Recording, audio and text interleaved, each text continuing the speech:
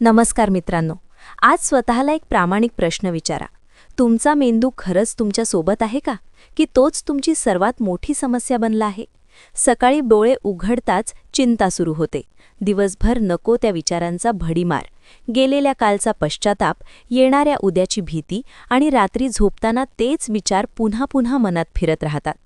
जर हे सगळं तुमच्या आयुष्याचा भाग बनलं असेल तर समजून घ्या की तुमचा मेंदू थकलेला आहे, विषारी झाला आहे. आणि सर्वात धोकादायक गोष्ट म्हणजे आपल्याला याची जाणीवही होत नाही. आपण यालाच सामान्य समजतो.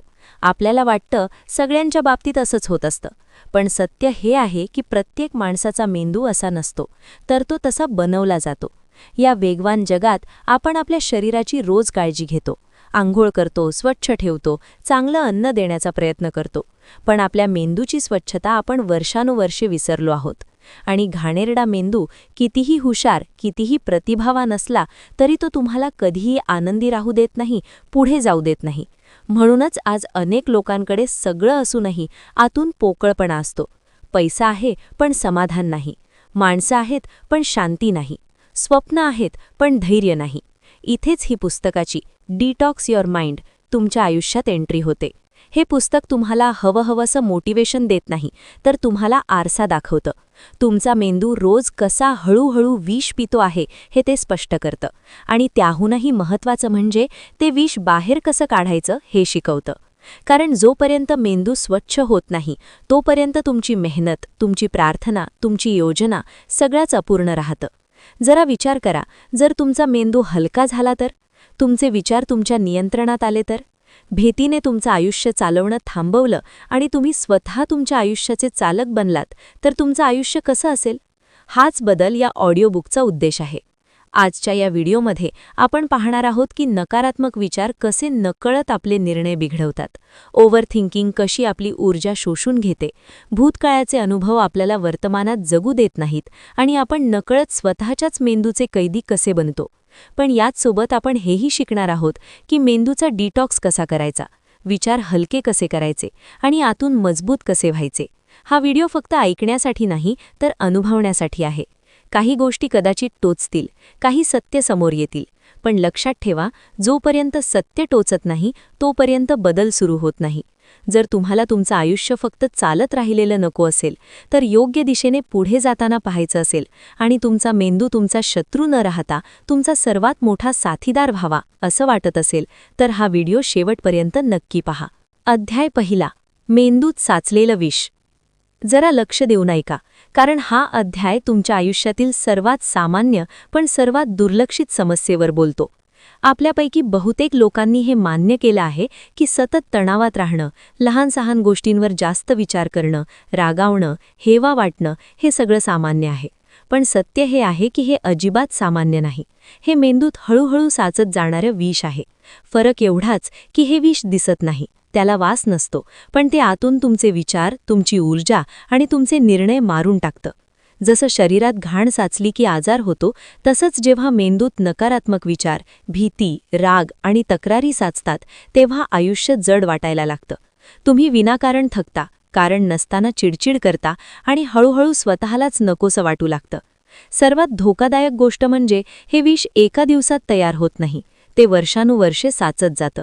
लहानपणी ऐकलेली वाक्ये, लोकांचे टोमणे, सतत अपयश, तुटलेली नाती, सोशल मीडियावरची तुलना हे सगळं मिळून मेंदूत कचऱ्याचा ढीग तयार करतात. आपण समजतो की थोडा आराम मिळाला की सगळं ठीक होईल, पण आरामाने मेंदू स्वच्छ होत नाही, समजुतीने होतो. जोपर्यंत तुम्हाला हे कळत नाही की तुमच्या मेंदूत काय भरलेलं आहे तोपर्यंत ते बाहेर काढता येत नाही. लोक म्हणतात, मला खूप राग येतो, मला खूप भीती वाटते, मी खूप विचार करतो. पण कोणीच विचारत नाही, हे सगळं येतं कुठून? राग तेव्हा येतो जेव्हा अपेक्षा तुटतात, भीती तेव्हा निर्माण होते जेव्हा स्वतःवर विश्वास नसतो, आणि ओव्हरथिंकिंग तेव्हा सुरू होते जेव्हा मेंदूला नको ते निरुपयोगी खाद्य दिलं जातं. नकारात्मक बातम्या, फालतू चर्चा, लोकांची मतं आणि त्या आठवणी ज्या आपण खूप आधीच सोडायला हव्या होत्या. हळूहळू मेंदू या सगळ्यांचा आदी होतो आणि मग याशिवाय त्याला शांतताच मिळत नाही. या अध्यायातील सर्वात मोठं सत्य म्हणजे तुमचा मेंदू तसाच बनतो जसं तुम्ही त्याला रोज खाऊ घालता. रोज तक्रारी दिल्या तर तू तक्रार करायला शिकतो, रोज भीती दिली तर तू प्रत्येक संधीमध्ये धोका शोधतो, आणि रोज तुलना दिली तर तो तुम्हाला कधीच समाधानी राहू देत नाही. म्हणून पहिलं पाऊल हे समजून घेणं आहे की समस्या बाहेर नाही, ती तुमच्या आत साचलेली आहे. जग तसंच राहील, लोकही तसेच राहतील, पण जर तुमचा मेंदू स्वच्छ झाला तर तेच जग तुम्हाला हलकं वाटू लागेल. हा अध्याय तुम्हाला दोषी ठरवण्यासाठी नाही, तर जागं करण्यासाठी आहे. कारण जोपर्यंत तुम्ही हे मानत राहता की माझी अवस्था इतरांमुळे आहे, तोपर्यंत मेंदूची स्वच्छता सुरूच होणार नाही. आजपासून हे मान्य करा की तुमच्या मेंदूत जे काही चालू आहे त्याची जबाबदारी तुमची आहे. आणि चांगली बातमी ही आहे की जबाबदारी तुमची असेल तर नियंत्रणही तुमचंच असू शकतं. इथूनच डिटॉक्सची सुरुवात होते. आधी ओळखा की मेंदूत विष आहे आणि मग हळूहळू ते बाहेर काढण्यात धैर्य जमवा. कारण स्वच्छ मेंदू हीच स्वच्छ आयुष्याची पहिली अट आहे. अध्याय दुसरा, नकारात्मक विचारांचं जाळं. आता त्या शत्रूबद्दल बोलूया जो दिसत नाही, पण रोज तुमच्या आयुष्याचे निर्णय चोरतो. नकारात्मक विचार ही एक अशी सवय आहे की एकदा मेंदूत घर केलं की ती प्रत्येक परिस्थिती तशाच नजरेने दाखवते. तुम्हाला हवं असो किंवा नसो, मेंदू प्रत्येक गोष्टीत उणीव शोधू लागतो, प्रत्येक संधीत धोका पाहतो आणि प्रत्येक माणसात चुका मोजतो. हळूहळू असं वाटू लागतं की जगच वाईट आहे, लोक वाईट आहेत आणि माझं नशीबच साथ देत नाही. पण सत्य हे आहे की जग नेहमीसारखंच आहे. बदल झाला आहे तो फक्त तुमच्या पाहण्याच्या दृष्टिकोनात. ओव्हर थिंकिंग, विचारांची सतत फिरकी. ओव्हर थिंकिंग म्हणजे पुन्हा पुन्हा त्याच विचारांना घोळ घालणे, प्रत्येक परिस्थितीचे 100 परिणाम मनात काढणे आणि त्यातले बहुतांश नकारात्मकच असणे. एखाद्या एका गोष्टीवर विचार करायला बसतो आणि कधी संपूर्ण दिवस मन त्यातच अडकून पडतो ते कळतही नाही. परिणाम असा होतो की शरीर एका जागी बसलेले असते पण मन मॅरेथॉन धावत असते, आणि सतत धावणारे मन एक दिवस थकून तुटतेच. ओव्हर थिंकिंगची सगळ्यात मोठी अडचण म्हणजे ती तुम्हाला वर्तमानातून चोरून येते. समोर बसलेल्या माणसासोबत असूनही तुम्ही तिथे नसता. आजचे काम करत असतानाही उद्याच्या चिंतेत अडकलेले असता. मन वारंवार विचारते की असं झालं तर काय होईल, तसं झालं तर काय होईल, पण कधीच विचारत नाही की आत्ता मला काय करायला हवं. आणि जेव्हा लक्ष आत्तावरून हटतं तेव्हा चूक होणं ठरलेलंच असतं. तीच चूक पुन्हा मनाला जास्त विचार करण्याचं कारण देते, आणि असा एक दुष्टचक्र तयार होतं ज्यातून बाहेर पडणं कठीण वाटू लागतं. अनेकांना वाटतं की जास्त विचार केल्याने आपण चांगले निर्णय घेऊ, पण सत्य हे आहे की जास्त विचार केल्याने निर्णय घेण्याची ताकदच संपते. इतके पर्याय दिसू लागतात की एकही पर्याय योग्य वाटत नाही. इतकं विश्लेषण होतं की छोटंसं पाऊल उचलायलाही भीती वाटू लागते. हळूहळू तुम्ही असे व्यक्ती बनता जे सगळं समजतात पण काहीच करत नाहीत. या अध्यायात एक अतिशय महत्त्वाची गोष्ट सांगितलीय. मनाला प्रत्येक प्रश्नाचं उत्तर नको असतं, त्याला दिशा हवी असते. ओव्हर थिंकिंग तेव्हा कमी होते जेव्हा तुम्ही प्रत्येक विचाराच्या मागे धावणं थांबवता. जसा एखादा निरुपयोगी विचार आला, स्वतःला म्हणा, आत्ता नाही, आत्ता मला या क्षणात राहायचंय, आत्ता मला फक्त पुढचं छोटंसं पाऊल उचलायचंय. पूर्ण रस्ता दिसणं गरजेचं नाही, फक्त पुढचं वळण दिसणं पुरेसंय. जेव्हा तुम्ही मनाला सतत एंटरटेन करणं थांबवता, प्रत्येक क्षणी व्यस्त ठेवण्याची धडपड सोडता, तेव्हा मन आपोआप शांत व्हायला लागतं. थोडी शांतता, थोडी साधेपणा आणि वर्तमानात जगण्याची सवय हा ओव्हर थिंकिंगचा सगळ्यात मोठा इलाज आहे. लक्षात ठेवा, मनाला आराम झोपल्यावरच मिळत नाही, बेकार विचार सोडल्यावरच खरा आराम मिळतो. हाच या अध्यायाचा खरा संदेश आहे. अध्याय 4, भीती आणि स्वतःवरचा संशय. आता त्या गोष्टीबद्दल बोलूया जी बहुतेक स्वप्नांना जन्म घ्यायच्या आधीच मारून टाकते. भीती. अपयशाची भीती, लोकांच्या मतांची भीती, हसवणूक होण्याची भीती आणि सगळ्यात धोकादायक स्वतःवरचा संशय. ही भीती आरडाओरडा करत नाही, ती शांतपणे मनात बसते आणि प्रत्येक संधीवर हळूच म्हणते, करू नकोस, धोका घेऊ नकोस, सुरक्षित रहा. आणि आपण तिचं ऐकतो, कारण भीती नेहमी शहाणपणाचा आव आणते. बहुतेक वेळा भीती बाहेरच्या जगातून येत नाही, ती आतल्या आठवणींतून येते. कधी कोणीतरी म्हटलं, तुझ्याने होणार नाही, कधी प्रयत्न करून हरलो, कधी स्वतःची तुलना करून स्वतःला कमी समजलं. तिथूनच भीती मूळ धरते. मग संधी कितीही चांगली असली तरी मन आधी जुन्या वेदना आठवतं आणि स्वतःला वाचवण्यासाठी मागे ओढतं. लेखक इथे कडू सत्य सांगतो, भीती तुम्हाला वाचवत नाही, ती तुम्हाला थांबवते. स्वतःवरचा संशय हा भीतीचा सगळ्यात जवळचा साथीदार आहे. जेव्हा स्वतःवर विश्वास नसतो तेव्हा प्रत्येक निर्णय ओझं वाटतो. पुन्हा पुन्हा इतरांचा सल्ला घेतला जातो तरी समाधान मिळत नाही. कारण समस्या निर्णयाची नसते, समस्या विश्वासाच्या कमतरतेची असते. जोपर्यंत तुम्ही स्वतःला कमजोर मानता तोपर्यंत जगही तुम्हाला कमजोरच मानतं, आणि जोपर्यंत तुम्ही स्वतःला पुढे जाण्याची परवानगी देत नाही तोपर्यंत कुठलीही संधी तुमच्यासाठी थांबत नाही. अध्याय 5. गेलेलं काल आणि येणाऱ्या उद्याची चिंता. आता त्या ओझ्याबद्दल बोलूया जे बहुतेक लोक नकळत रोज मनात वाहत असतात. गेलेलं काल आणि येणाऱ्या उद्याची चिंता. मन कधी मागे धावते, कधी पुढे पळते, पण जिथे असायला हवं तिथे थांबायला तयार नसतं.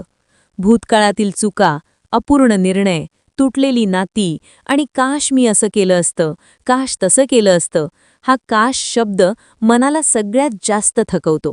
कारण जे बदलताच येत नाही त्यावर पुन्हा पुन्हा विचार करणं वेदना वाढवतं, समज नाही. दुसरीकडे भविष्याची चिंता. असं झालं तर काय? तसं झालं नाही तर काय? करिअर, पैसा, नाती, समाज सगळं एकाच वेळी मनात फिरू लागतं. गंमत म्हणजे भविष्य अजून आलेलंच नसतं, पण त्याचं पूर्ण ओझं आपण आजच उचलतो. परिणाम असा की ना आज नीट जगता येतं, ना उद्या योग्य बनवता येतं. लेखक इथे खोल विचार सांगतो. मनाला सगळ्यात जास्त शांतता तेव्हा मिळते जेव्हा त्याला खात्री असते की आत्ताचा क्षण सुरक्षित आहे. बहुतेक चिंता या भीतीतून येते की मी कंट्रोलमध्ये नाही. पण सत्य हे आहे की गेलेला काल कधीच तुमच्या कंट्रोलमध्ये नव्हतं आणि येणारं उद्याही पूर्णपणे तुमच्या कंट्रोलमध्ये नसेल. जे तुमच्या कंट्रोलमध्ये आहे ते म्हणजे आत्ताचा एक निर्णय, आत्ताचं एक पाऊल, आत्ताची एक कृती. जेव्हा तुम्ही भूतकाळाकडे शिक्षेसारखं नाही तर धड्यासारखा पाहता तेव्हा त्याचं विष कमी होतं, आणि जेव्हा तुम्ही भविष्याकडे भीतीने नाही तर तयारीने पाहता तेव्हा त्याची चिंता हलकी होते. मनाला शिकवावं लागतं की प्रत्येक वेळी मागे जाणं गरजेचं नाही आणि प्रत्येक वेळी पुढे धावणंही गरजेचं नाही. कधीकधी थांबून श्वास घेणं हाच सगळ्यात शहाणपणाचा निर्णय असतो. लक्षात ठेवा, आयुष्य मागे किंवा पुढे चालत नाही, आयुष्य नेहमी आत्ताच चालतं. जो माणूस आपला आज सांभाळतो त्याचा उद्या आपोआप चांगला बनतो. गेलेलं काल सन्मानाने सोडून द्या, येणाऱ्या उद्यावर विश्वास ठेवा आणि आजच्या क्षणात पूर्ण उपस्थितीने उभे राहा. हाच या अध्यायाचा सगळ्यात मोठा डिटॉक्स आहे. अध्याय 6. मन स्वच्छ करण्याची सुरुवात.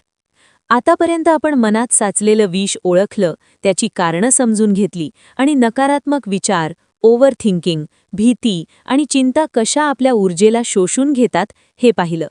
आता प्रश्न हा आहे की यातून बाहेर कसं निघायचं. कारण फक्त समस्या कळणं पुरेसं नाही. खरा बदल तेव्हा सुरू होतो जेव्हा तुम्ही काहीतरी वेगळं करायला सुरुवात करता. या अध्यायात लेखक स्पष्ट सांगतो, मन डिटॉक्स करायचं असेल तर विचारांपासून नाही तर सवयींपासून सुरुवात करा. कारण मन तसंच विचार करतं जसा त्याला रोजचा परिसर मिळतो. दिवसभर नकारात्मक बातम्या पाहिल्या, निरर्थक गोष्टी ऐकल्या आणि प्रत्येकाची मतं स्वतःवर हावी होऊ दिली तर मन घाणेरडच राहणार. पहिलं पाऊल म्हणजे इनपुट कमी करणं. प्रत्येक गोष्टीवर प्रतिक्रिया देणं गरजेचं नाही. प्रत्येक विषयावर मत बनवणंही गरजेचं नाही. दुसरं पाऊल म्हणजे शांततेला स्वीकारणं. आज बहुतेक लोक शांततेला घाबरतात कारण शांततेत मन आपली खरी अवस्था दाखवतं. पण हीच शांतता मनाची सगळ्यात मोठी औषध आहे. रोज काही मिनिटं मोबाईलशिवाय, आवाजाशिवाय फक्त स्वतःसोबत बसणं हळूहळू मनाच्या थरांना स्वच्छ करू लागतं. सुरुवातीला अस्वस्थता येईल, पण तीच अस्वस्थता मनाला डिटॉक्सची गरज आहे याचा पुरावा असते. तिसरं आणि सगळ्यात महत्त्वाचं पाऊल म्हणजे विचारांना अंधविश्वास देणं थांबवणं. प्रत्येक विचारावर विश्वास ठेवू नका. काही विचारांना येऊ द्या आणि जाऊ द्या, काही निवडा. नकारात्मक विचार आला तर त्याला दाबू नका. फक्त ओळखा आणि तुमची ऊर्जा एखाद्या कृतीत घाला. काम, चालणं, लिहिणं किंवा खोल श्वास घेणं. मनाला योग्य दिशा मिळाली की ते निरर्थक भटकणं थांबवतं. या अध्यायाचा सगळ्यात मोठा संदेश असा आहे की मन एका दिवसात स्वच्छ होत नाही, पण दररोज थोडं थोडं नक्की स्वच्छ होऊ शकतं. परफेक्ट बनायचं नाही, फक्त सजग बनायचंय. ज्या क्षणी तुम्ही मनाच्या स्वच्छतेची जबाबदारी घेता त्या क्षणी आतून हलकेपणा जाणवायला लागतो. इथूनच नव्या विचारांची, नव्या ऊर्जेची आणि नव्या आयुष्याची सुरुवात होते. अध्याय 7. शांत आणि मजबूत मनाचं आयुष्य. आता या प्रवासाचा तो टप्पा येतो जिथे तुम्हाला जाणवायला लागतं की काहीतरी बदलतंय. मन आधीसारखं जड वाटत नाही, विचारांचा गोंगाट कमी होतो आणि आयुष्य थोडं अधिक स्वच्छ दिसायला लागतं. हाच या अध्यायाचा उद्देश आहे. शांत आणि मजबूत मन असलं की आयुष्य कसं वाटतं हे दाखवणं. शांत मन म्हणजे आयुष्यात समस्या नसतात असं नाही. फरक इतकाच असतो की आता समस्या तुम्हाला चालवत नाहीत, तुम्ही त्यांना हाताळता. आधी छोटीशी गोष्ट हादरवायची, आता तीच गोष्ट विचार करण्याची संधी देते. प्रतिक्रिया देण्याऐवजी उत्तर देण्याची सवय लागते. आणि हाच फरक कमजोर मनात आणि मजबूत मनात असतो. मजबूत मन म्हणजे कधीच न तुटणारं मन नाही, तर तुटूनही पुन्हा सावरू शकणारं मन असतं. मजबूत मन ते नाही जे कधीच तुटत नाही. मजबूत मन ते असतं जे तुटूनही स्वतःला सावरू शकतं. जेव्हा तुमचं मन स्वच्छ होतं तेव्हा तुम्ही स्वतःची किंमत बाहेरच्या जगाच्या मतांवर नाही, तर आतल्या समजुतीवर ठरवता. लोक काय म्हणतील, काय विचारतील याचा परिणाम हळूहळू कमी होतो. कारण आता तुमचा स्वतःवर विश्वास असतो. आणि जिथे विश्वास असतो तिथे भीती फार काळ टिकू शकत नाही. या अध्यायात लेखक सांगतो की शांत मनासोबत निर्णयही शांत होतात. तुम्ही घाईघाईने काहीतरी सिद्ध करण्याचा प्रयत्न करत नाही. तुम्ही हळू चालता पण योग्य दिशेने चालता. प्रत्येक शर्यत जिंकणं गरजेचं नसतं, फक्त स्वतःची शर्यत प्रामाणिकपणे पूर्ण करणं महत्त्वाचं असतं. हीच दृष्टी आयुष्यात चुकून आणते. मन स्वच्छ झालं की नातीही स्वच्छ होऊ लागतात. तुम्ही इतरांकडून अपेक्षा कमी आणि समज जास्त ठेवायला शिकता. माफ करायला शिकता, सोडून द्यायला शिकता आणि सगळ्यात महत्त्वाचं स्वतःशी सौम्य वागायला शिकता. कारण तुम्हाला कळतं की प्रत्येक दिवस परफेक्ट असायलाच हवा असं नाही. प्रत्येक दिवस प्रामाणिक असणं महत्त्वाचं आहे. हा अध्याय तुम्हाला जाणवून देतो की मनाचं डिटॉक्स म्हणजे फक्त विचार बदलणं नाही, तर संपूर्ण आयुष्य नव्या नजरेने पाहणं आहे. आज शांती असेल तर बाहेरचं जग कसंही असो, तुम्ही तुमच्या आत एक सुरक्षित जागा निर्माण करता. आणि हीच खरी जिंक आहे. अध्याय 8. नवी सुरुवात आणि रोजचा मानसिक डिटॉक्स. आता या प्रवासाचा सगळ्यात महत्त्वाचा आणि व्यवहार्य भाग सुरू होतो. कारण समजून घेणं एक गोष्ट आहे, पण ती समज रोजच्या आयुष्यात उतरवणं तोच खरा बदल आहे. लेखक स्पष्ट सांगतो की मनाचा डिटॉक्स ही एकदाच होणारी घटना नाही, ती रोजची सवय आहे. जसं शरीराला रोज अन्न लागतं तसं मनालाही रोज स्वच्छ होण्याची संधी हवी असते. बहुतेक लोक वाट पाहतात, एक दिवस सगळं ठीक होईल, एक दिवस मन पूर्ण शांत होईल.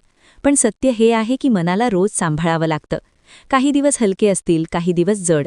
फरक एवढाच की आता तुम्ही जड दिवसांना घाबरत नाही, कारण तुम्हाला कळलेलं असतं हे ओझं हलकं कसं करायचं. प्रत्येक सकाळी स्वतःला एक छोटा प्रश्न विचारा. आज मी माझ्या मनाला कशापासून दूर ठेवणार? निरर्थक तुलना, फालतू तक्रारी की जुन्या जखम? या अध्यायात लेखक रोजच्या मानसिक डिटॉक्ससाठी एक सोपी पद्धत सांगतो. दिवसाची सुरुवात काही मिनिटे स्वतःसाठी ठेवा. मोबाईलशिवाय, आवाजाशिवाय, फक्त श्वासावर लक्ष केंद्रित करून. मनाला आठवण करून द्या की आजचा दिवस नवा आहे, गेलेलं काल इथेच संपलं आहे. दिवसभर मन भटकलं की स्वतःला परत या क्षणात आणा. आणि रात्री झोपण्याआधी स्वतःला विचारा, आज मी माझं मन हलकं करण्यासाठी काय केलं? सर्वात सुंदर गोष्ट म्हणजे जसं जसं तुम्ही स्वतःशी जोडले जाऊ लागता तसं बाहेरचं जग आपोआप थोडं कमी महत्त्वाचं वाटू लागतं. तुम्ही प्रत्येक गोष्टीवर प्रतिक्रिया देत नाही, प्रत्येकाला खुश ठेवायचा प्रयत्न करत नाही, प्रत्येक चूक मनावर घेत नाही. काही गोष्टी सोडून देणं ही कमजोरी नाही, ती ताकद आहे हे तुम्ही शिकता. हा अध्याय तुम्हाला खात्री देतो की तुम्ही तुटलेले नाही, तुम्ही फक्त थकलेले आहात. आणि थकव्यावर उपाय म्हणजे अजून मेहनत नाही, तर योग्य दिशा आहे. जसं जसं हा डिटॉक्स तुमच्या आयुष्याचा भाग बनतो तसं लक्षात येतं, आनंद बाहेरून येत नाही, शांती आतून येते. आणि आज शांती असेल तर आयुष्य आपोआप योग्य वाटू लागतं. हाच या पुस्तकाचा अंतिम संदेश. स्वच्छ मन, हलका आयुष्य आणि नवी सुरुवात. अध्याय 9. स्वतःशी मैत्री आणि खरी स्वातंत्र्य. आता या प्रवासाचा शेवटचा आणि सगळ्यात खोल टप्पा येतो. कारण मन स्वच्छ व्हायला लागलं की गोंगाट कमी झाला की माणूस पहिल्यांदा स्वतःचा आवाज ऐकू शकतो. आणि हाच तो क्षण असतो जिथे खरा बदल जन्म घेतो. लेखक सांगतो की मनाचा डिटॉक्स म्हणजे फक्त नकारात्मक गोष्टी काढून टाकणं नाही, तर स्वतःशी खरी प्रामाणिक मैत्री करणं आहे. बहुतेक लोक संपूर्ण आयुष्य स्वतःशीच लढत राहतात, आपल्या उणीवांशी, चुका आणि भीतींशी. स्वतःला सतत सुधारायचा प्रयत्न करतात, पण स्वीकारायचा नाही. परिणामी बाहेरून यशस्वी दिसणारा माणूस आतून थकलेला आणि एकटा वाटतो. मन स्वच्छ केल्यावर तुम्ही शिकता, स्वतःला शिक्षा देणं गरजेचं नाही, स्वतःला समजून घेणं गरजेचं आहे. एक सुंदर सत्य इथे सांगितलं आहे. ज्या दिवशी तुम्ही स्वतःच्या बाजूने उभे राहायला शिकता, त्या दिवशी जगाची मतं कमकुवत पडतात. तुम्ही चुका ओळखता, पण त्यांना तुमची ओळख बनू देत नाही. तुम्ही पडता, पण स्वतःला निकामी म्हणत नाही. तुम्ही पुढे जाता, पण स्वतःवर जबरदस्ती करत नाही. हाच समतोल शांत आणि मुक्त मनाची खूण आहे. स्वतःशी मैत्री म्हणजे स्वतःच्या मर्यादा स्वीकारणं, प्रत्येक गोष्टीत परफेक्ट होण्याचा हट्ट सोडणं, प्रत्येक दिवस सारखा नसतो, प्रत्येक दिवस जिंकलेला नसतो, पण प्रत्येक दिवस काहीतरी शिकवण देतो. या समजुतीने जगायला लागल्यावर आयुष्य हलकं वाटतं. कोणालाही काही सिद्ध करण्याची गरज उरत नाही, कारण तुम्ही स्वतःशी प्रामाणिक असता. या अध्यायाचा सगळ्यात मोठा संदेश असा आहे की खरी स्वातंत्र्य बाहेरून मिळत नाही, ती मनाच्या आत जन्म घेते. जेव्हा तुम्ही विचारांचे गुलाम राहत नाही, भीतीपासून पळत नाही आणि भूतकाळ ओढत नाही, तेव्हाच तुम्ही खऱ्या अर्थाने मुक्त होता. हीच स्वातंत्र्य तुम्हाला मोकळा श्वास घेऊ देते, योग्य निर्णय घेऊ देते आणि आयुष्य स्वतःच्या अटींवर जगण्याची ताकद देते. लक्षात ठेवा, मन स्वच्छ करणं ही कमजोरी नाही, ती सगळ्यात मोठी हिंमत आहे. कारण सगळेच जग बदलण्याबद्दल बोलतात, पण जो माणूस स्वतःचं मन बदलतो तोच स्वतःचं संपूर्ण आयुष्य बदलतो. इथपर्यंत तुम्ही आलात याचा अर्थ तुम्हीही त्या बदलासाठी तयार आहात. हीच या पुस्तकाची खरी जिंक आहे आणि हीच तुमची नवी सुरुवात. अध्याय 10. डिटॉक्स नंतरचं आयुष्य आणि खरी शक्ती. आता आपण शेवटच्या अध्यायात पोहोचतो, जिथे मन फक्त शांत नसतं तर मजबूत आणि जागरूक असतं. डिटॉक्स नंतरचं आयुष्य म्हणजे जादुई आयुष्य नाही, जिथे सगळ्या अडचणी नाहीशा होतात. फरक इतकाच की अडचणी आता तुम्हाला तोडत नाहीत, त्या तुम्हाला अधिक समजदार बनवतात. आता तुम्ही परिस्थितीपासून पळत नाही, घाबरल्याशिवाय स्वतःला न गमावता त्यांना सामोरे जाता. स्वच्छ मन प्रत्येक गोष्ट अतिशय गंभीरपणे घेत नाही. तुम्ही शिकता, प्रत्येक लढाई लढणं गरजेचं नाही, प्रत्येक गोष्टीचं स्पष्टीकरण देणं गरजेचं नाही आणि प्रत्येक नुकसान मनावर घेणंही गरजेचं नाही. तुम्ही तुमच्या ऊर्जेची किंमत ओळखायला लागता. तुमची सगळ्यात मोठी संपत्ती म्हणजे तुमचं लक्ष आहे आणि जिथे त्याचा अर्थ नाही, तिथे तुम्ही ते खर्च करत नाही. लेखक सांगतो की स्वच्छ मनाचा माणूस बाह्य नियंत्रणातून बाहेर पडतो. लोक काय म्हणतात, सोशल मीडिया काय दाखवतो, जग कुठल्या दिशेने धावतं, हे सगळं तुम्हाला चालवणं थांबवतं. आता तुम्ही आतल्या कंपासवर चालता आणि जेव्हा माणसाला आतून दिशा मिळते तेव्हा बाहेरची अफरातफर त्याला भरकटवू शकत नाही. डिटॉक्स नंतर तुम्ही आयुष्य तुकड्यांत नाही तर पूर्ण चित्र म्हणून पाहायला शिकता. प्रत्येक वेदनेचा काहीतरी अर्थ होता, प्रत्येक पडझडीने काहीतरी शिकवलं आणि प्रत्येक थांब्याने श्वास घ्यायला वेळ दिला, हे तुम्हाला कळतं. आता तुम्ही भूतकाळाशी लढत नाही, त्याला धन्यवाद देऊन पुढे जाता, कारण त्या प्रवासाशिवाय इथपर्यंत पोहोचणं शक्य नव्हतं. या अध्यायाचा सगळ्यात मोठा संदेश असा आहे, खरी शक्ती गोंगाटात नाही, शांतीत असते. जो माणूस मन शांत ठेवू शकतो तो परिस्थितीच्या मधोमधही स्थिर राहतो आणि हीच स्थिरता त्याला योग्य निर्णय, योग्य माणसं आणि योग्य आयुष्य निवडण्याची ताकद देते. पुस्तक इथे संपतं, पण प्रवास इथूनच सुरू होतो. दररोज थोडं अधिक स्वच्छ, थोडं अधिक खरं आणि थोडं अधिक स्वतःसाठी जगणं. जर तुम्ही हे करू शकलात तर समजा तुम्ही फक्त मन नाही तर संपूर्ण आयुष्य डिटॉक्स केलं आहे. हीच या पुस्तकाची अंतिम शिकवण आणि हीच तुमची खरी शक्ती. आजपासून तुमचं मन तुमचा साथीदार असेल, शत्रू नाही. ही फक्त एका पुस्तकाची गोष्ट नव्हती, हा तुमच्या स्वतःच्या मनाला समजून घेण्याचा प्रवास होता. आणि जर तुम्ही हे रोज आयुष्यात उतरवलत तर प्रत्येक दिवस हलका, स्वच्छ आणि सशक्त वाटेल. स्वतःशी मैत्री करा, प्रत्येक विचार ओळखा आणि तुमच्या ऊर्जेची किंमत समजा. हीच तुमच्या आतली खरी ताकद आहे.